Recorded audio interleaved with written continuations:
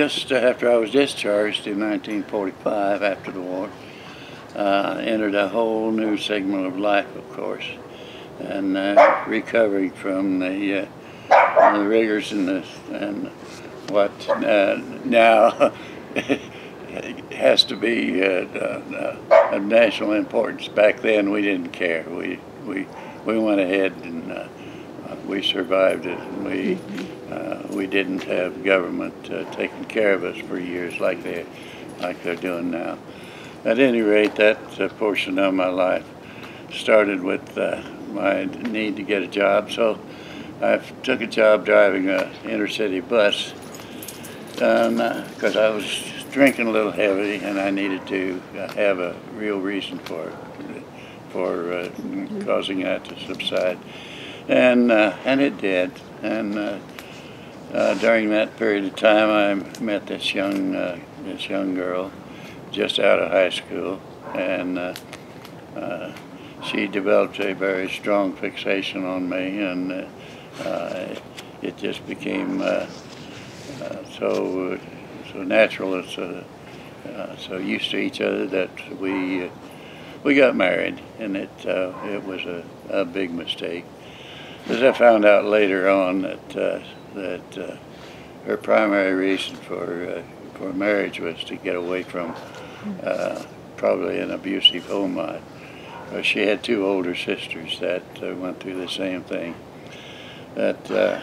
She came from a little town west of Lafayette there in Indiana, and her name was Marjorie Kittle. And that marriage only lasted about a year and a half. During that time, of course, I had enrolled in college, Ball State. At that time, it was called Ball State Teachers College. It has since become a totally large university. But working days and nights, playing in a dance band 6 nights a week, and cooking in restaurants, and driving city buses and so on. And so I had very little time to do anything else. Well, she had time to do other things, and when it finally broke, infidelity was obvious. And so I left, dropped out of college, went up to the East Coast, went up to New York, and while I was up there, I started. I soon started playing with an accordion trio up there, and had a really enjoyable life with that for a while. And then an opportunity came along because of my college and my military service that they contacted me to work with a very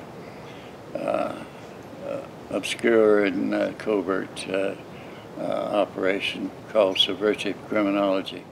Well, during that period of time, my Marjorie got a divorce, and when I found that, I discovered that, I resigned up there and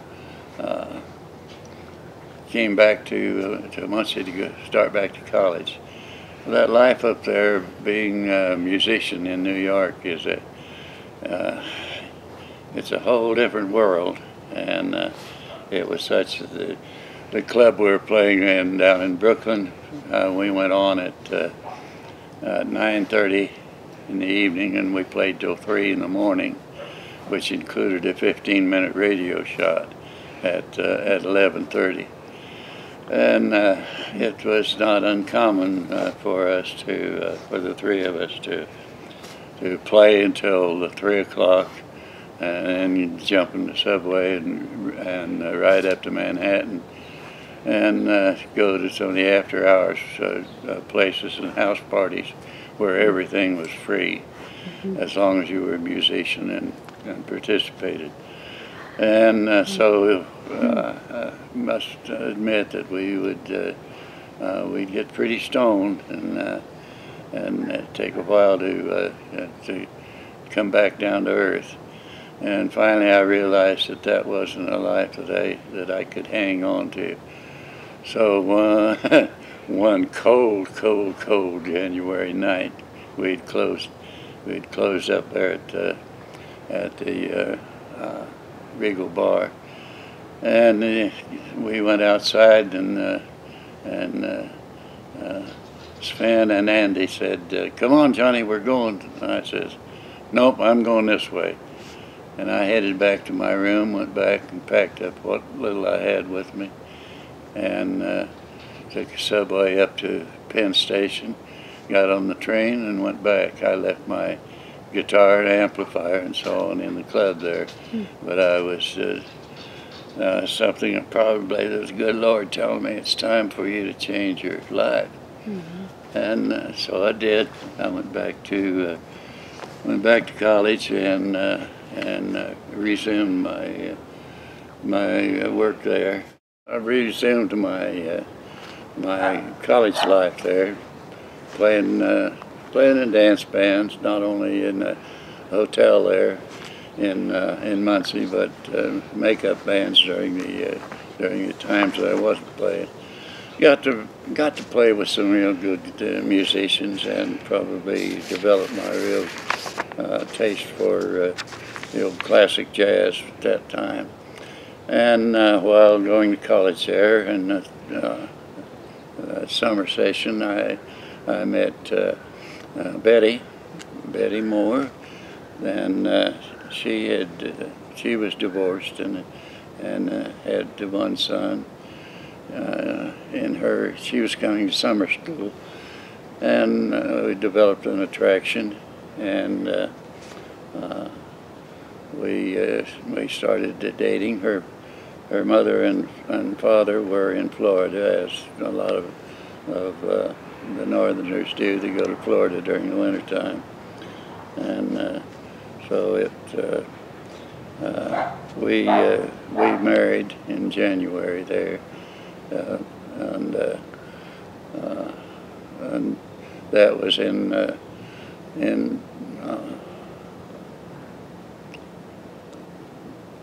that would have been in 1949, and I finished college, and she was teaching school there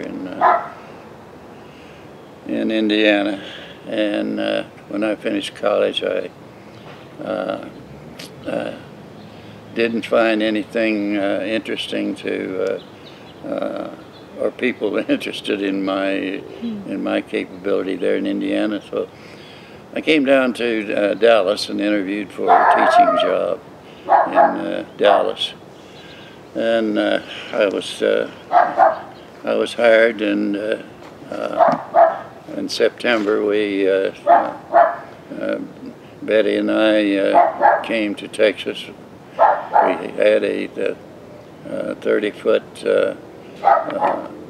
trailer that we lived in, and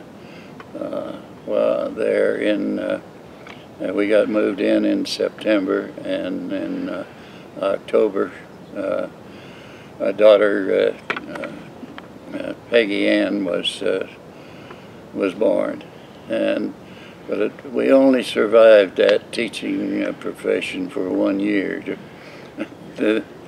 During the next spring, we had become acquainted with some other people that said that gentleman said that he could get me a job out at Jansport Aircraft, and so I applied for that job. They interviewed me, gave me a job as a tool maker, and my salary immediately went from $175 a month to $480 a month or something. So I was determined that I was not going back into the teaching profession, and that started my career in the aerospace industry. And during that period of time, I I developed a real sense of responsibility, particularly with our children. After Peggy was born, 4 years later, our son Jerry was born, and I had a new career starting at the in the aircraft industry, which had been initially Chance-Walt Aircraft, as left over from World War II. But that was taken over, and then the name changed to Ling Temco, and it's went through a whole series of company changes, and but it still was the same responsibilities, the same challenges, and they were very, very good to me. They brought me along real fast and gave me lots of opportunities to work with just about everything imaginable.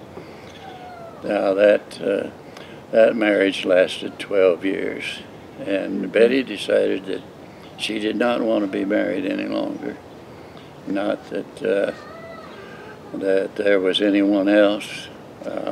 I realized later on that there had been, but I was not aware of it, and don't believe that that was the real reason for it, that she wanted a divorce. But I think it was that she just did not want to be married, and so we were divorced in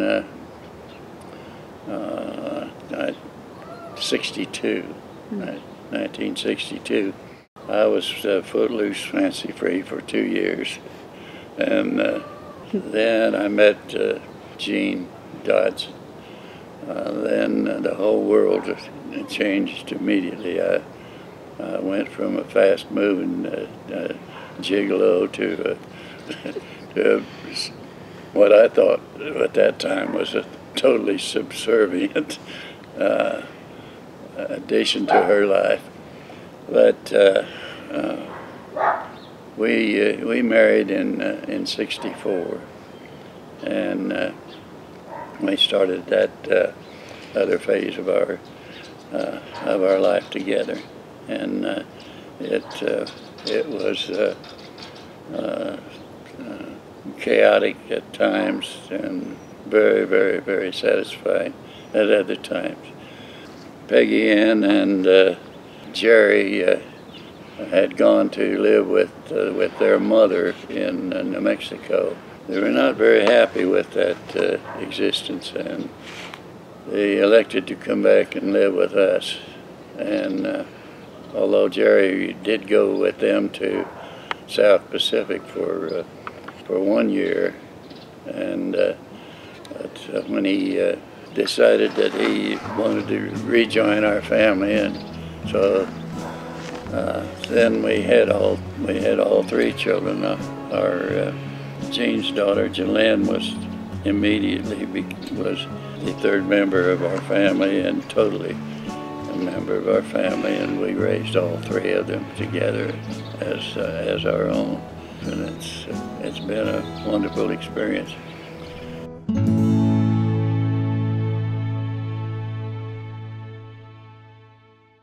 Betty, when I was married to her, she had a son, John D.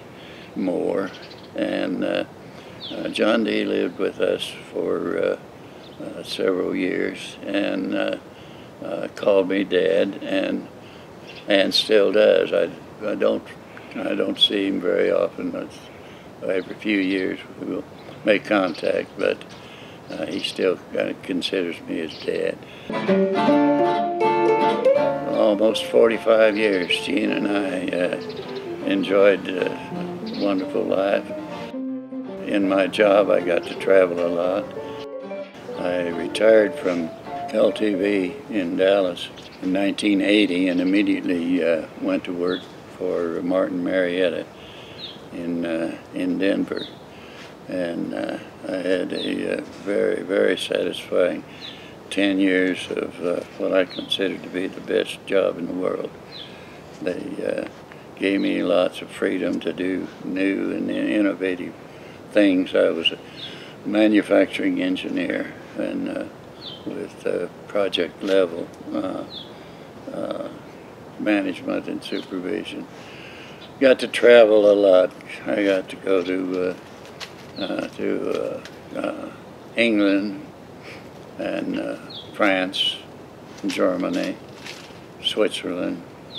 A very quick tour into Italy. And I got to make many trips here in the States with subcontractors on the West Coast, East Coast, and the South in New Orleans. I spent a lot of time in the air, and I took Jean with me many times. I took her to Europe on 3 different occasions when I was working there, and we took several trips to Mexico, including a very memorable trip to Zihuatanejo, and where Jillian and her grandmother insist that the wall of the motel was covered with little green lizards. I think there might have been 3 or 4 of them. We had a great life. We got to see a lot of things and do a lot of things, particularly after we came to Colorado. We spent a lot of time with a lot of very close friends that have remained close friends for all these years.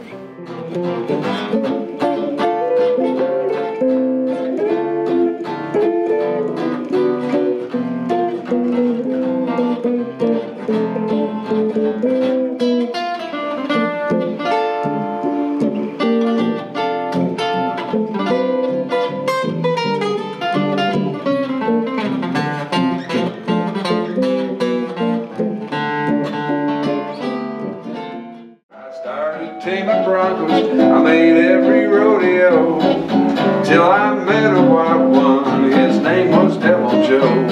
I grabbed hold of his bridle just to ride that old outlaw. Threw me from the saddle. This is what I saw. I saw miles and miles of Texas, all the stars up in the sky. I saw miles and miles of Texas. Gonna live there till I get John out.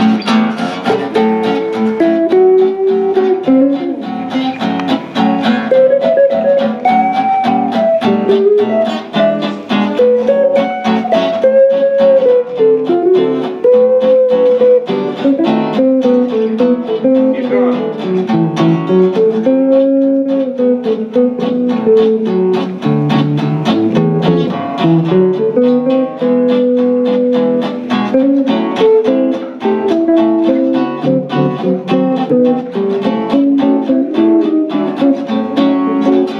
I saw miles and miles of Texas, all the stars up in the sky.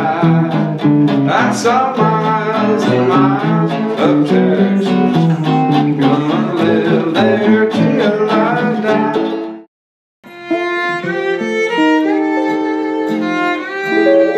Well, my life has been full, but it really became full when I met my present wife, Peggy, and we had a kind of a rocky